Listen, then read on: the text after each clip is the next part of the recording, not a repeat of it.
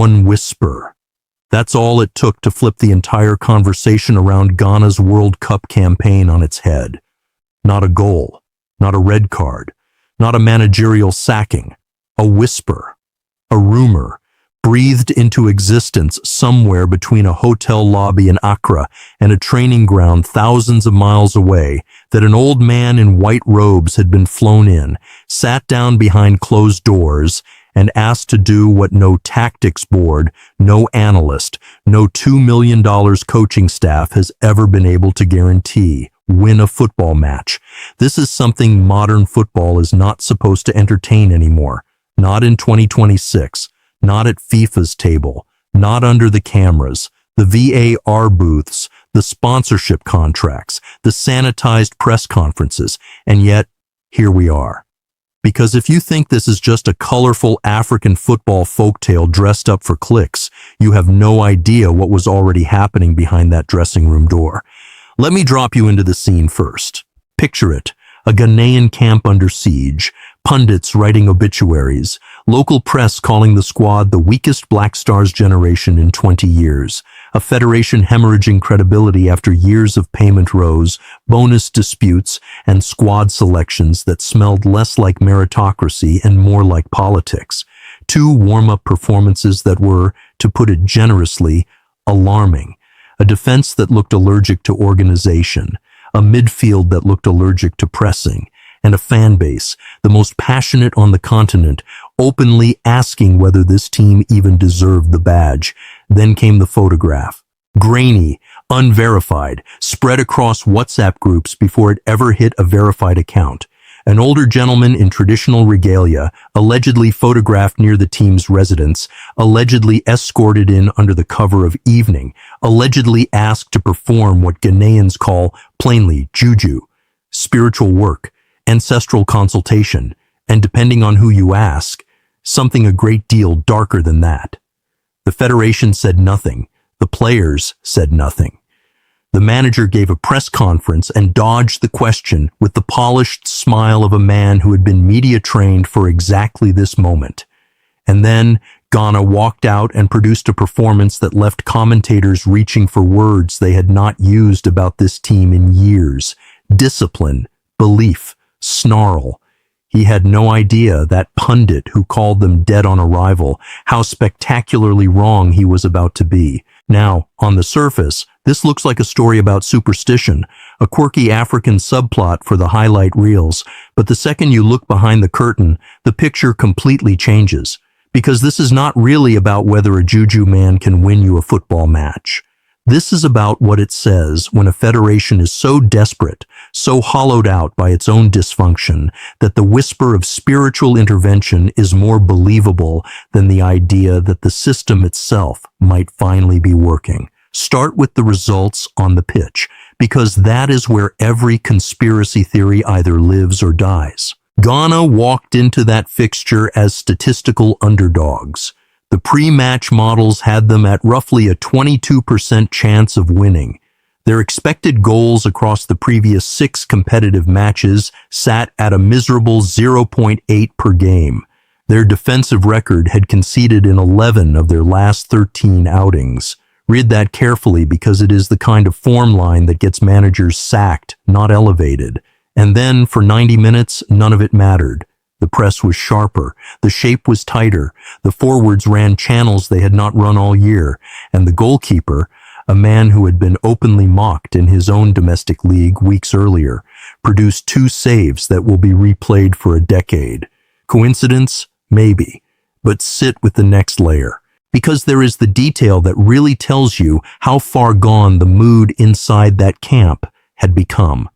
In the 48 hours before kickoff, multiple Ghanaian outlets reported that senior players had called a closed-door meeting. No coaches, no federation officials, just the squad. And in that meeting, according to 2 separate sources speaking to local journalists, one veteran stood up and said, and I am quoting from the reporting here, "We cannot rely on them anymore. We have to do this ourselves, by any means." By any means. That phrase did not appear in the Federation's tidy post-match press release, but it was hanging in the air long before the photograph ever leaked. And then there is the federation itself.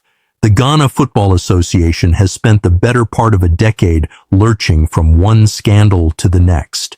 Bribery allegations, forensic audits, a president forced to resign on camera, match-fixing investigations that ensnared dozens of officials, bonus rows that spilled onto airport tarmacs in Brazil and Qatar, where players literally refused to board planes until cash was delivered in physical bags, brick after brick after brick of institutional rot. So when the story breaks that a traditional spiritualist was reportedly consulted, the question is not really did it happen? The question is, can you blame anyone for believing it could? Think about that. And now stack the historical context on top, because this is where the story stops being a tabloid curiosity and becomes something genuinely fascinating about African football's relationship with itself. Juju in African football is not new.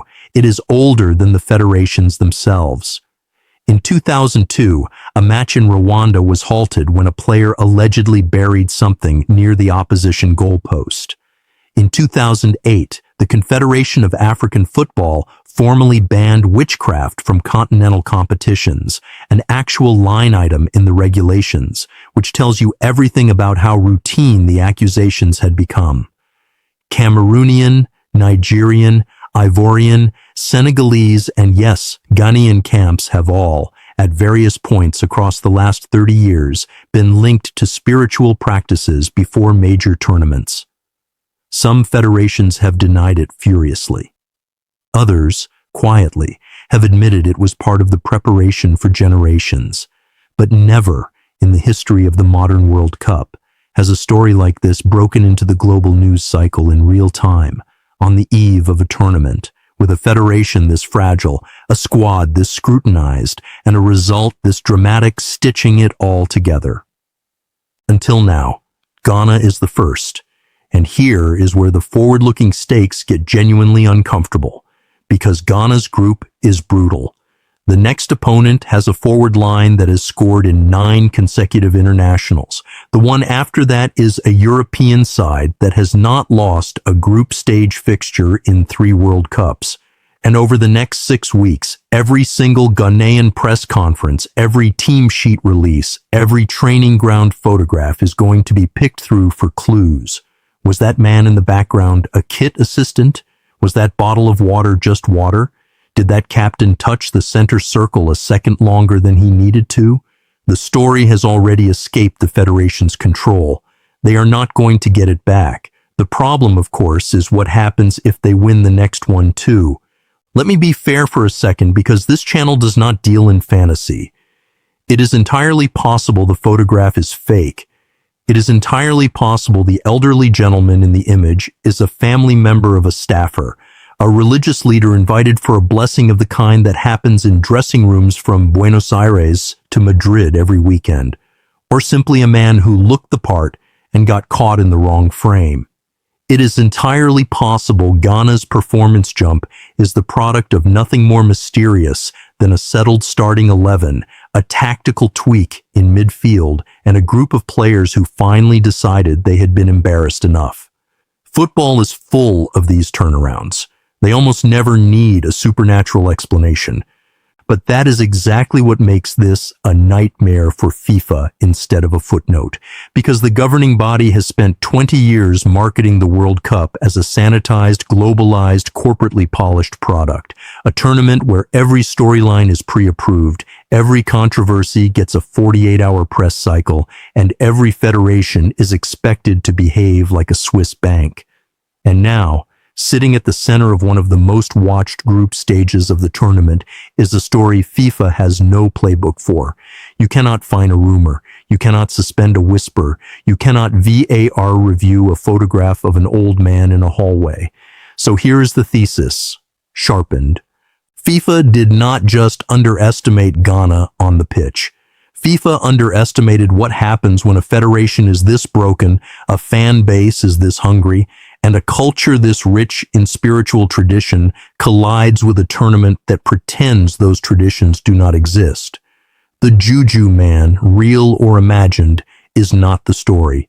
The story is that the whisper was more credible than the institution. The story is that millions of people, inside Ghana and outside it, looked at that photograph and thought, yeah, that tracks. The story is that in 2026, with all the data, all the analytics, all the multi-million-dollar coaching infrastructure, the most compelling narrative around an African nation's resurgence is still one that the official channels refuse to even acknowledge. One whisper, one photograph, one performance. That is all it took to expose how thin the modern football story really is when you scratch the surface. Now, I want to hear from you. Was Ghana's turnaround the product of belief, brotherhood, and a tactical reset that nobody outside the camp saw coming? Or do you think there is something to the photograph, the whisper, the closed-door meeting, the by any means quote that the Federation will never confirm and never deny? Was this brilliant mind games from a wounded football nation, or was it something older and stranger that the global game has spent decades pretending it left behind? Drop your verdict in the comments. I read them, I argue with them, and the best ones end up shaping the next script. Subscribe because we are only days into this World Cup and it is already producing stories the rulebook cannot contain.